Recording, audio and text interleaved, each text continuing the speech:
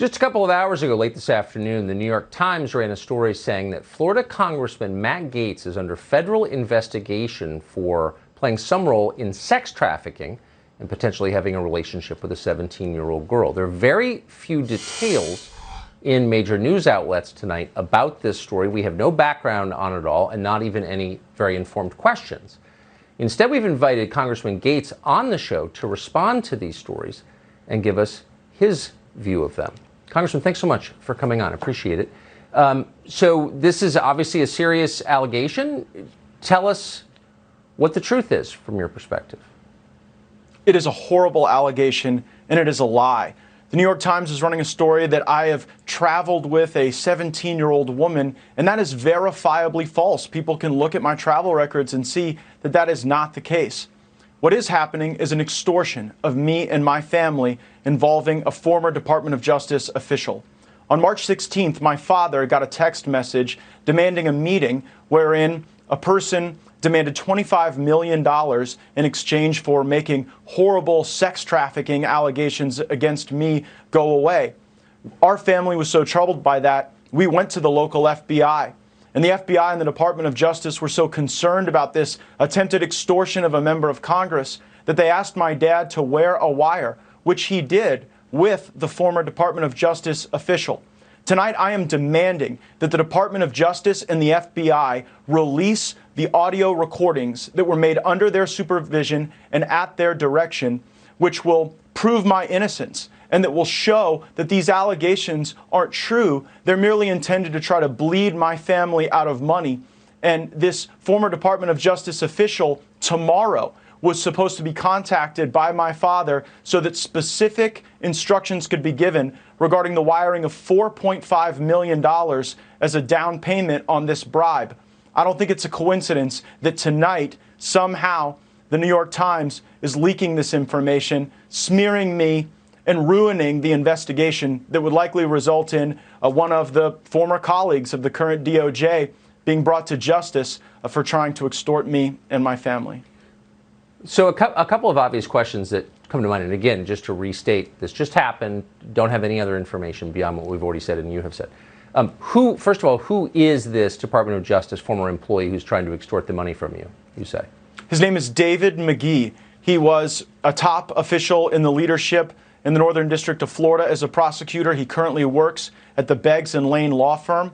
As a matter of fact, one of the recordings that was made at the FBI and Department of Justice request occurred at that law firm, and the money that was supposed to be paid today that would have shown even more evidence of David McGee's work in this extortion scheme, that was foiled by the New York Times story, and I believe that's why this horrible information and these terrible allegations have been used this evening. So and I'll get to the investigation in a sec, but you're saying that David McGee was motivated by greed. He was trying to extort money from your family. That's his motivation, you're saying? I know that there was a demand for money in exchange for a commitment that he could make this investigation go away along with his co-conspirators. They even claimed to have specific connections inside the Biden White House. Now, I don't know if that's true. They were promising that Joe Biden would pardon me. Obviously, I don't need a pardon. I'm not seeking a pardon. I have not done anything improper or wrong.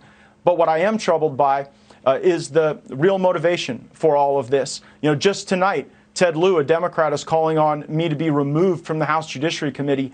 And I believe we are in an era of our politics now, Tucker, where people are smeared to try to take them out of the conversation. I'm not the only person on screen right now who's been falsely accused of a terrible sex act. You were accused of something that you did not do, and so you know what this feels like. You know the pain it can bring to your family, and you know how it just puts people on defense when you're accused of something so salacious and awful.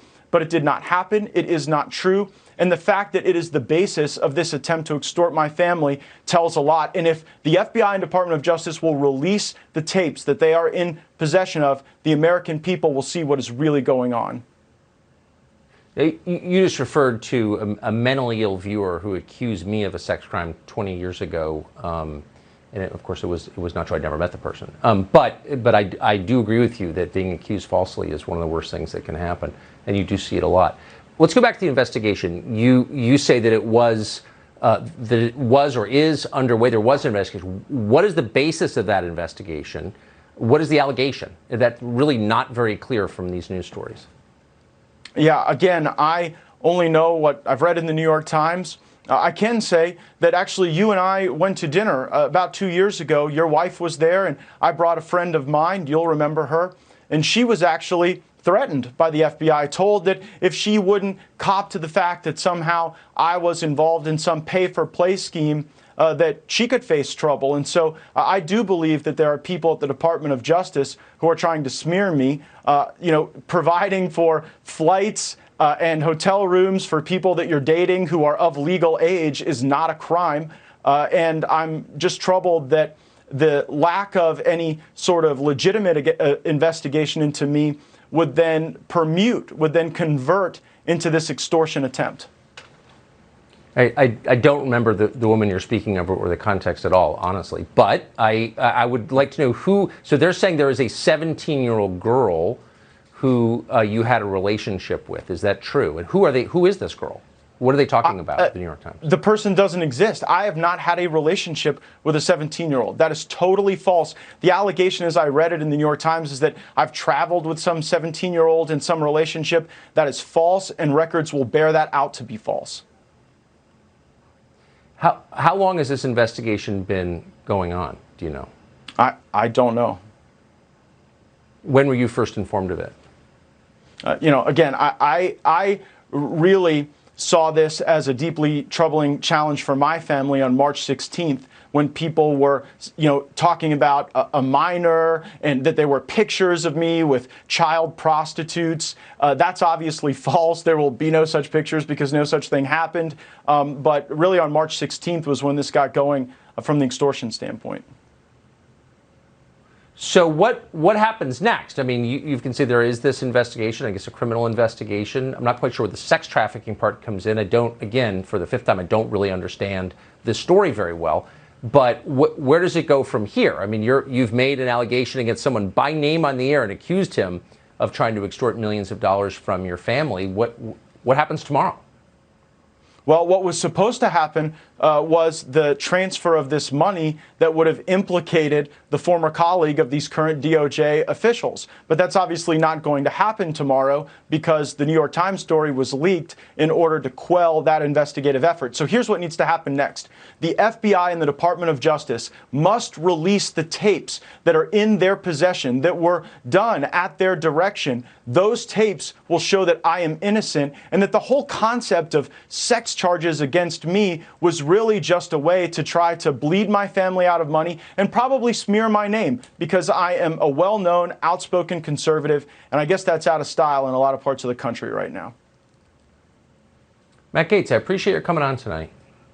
Thanks for giving me the chance to tell the truth, Tucker. I appreciate it. It's a more interesting and complicated story than I knew from reading about it. Thank you very much.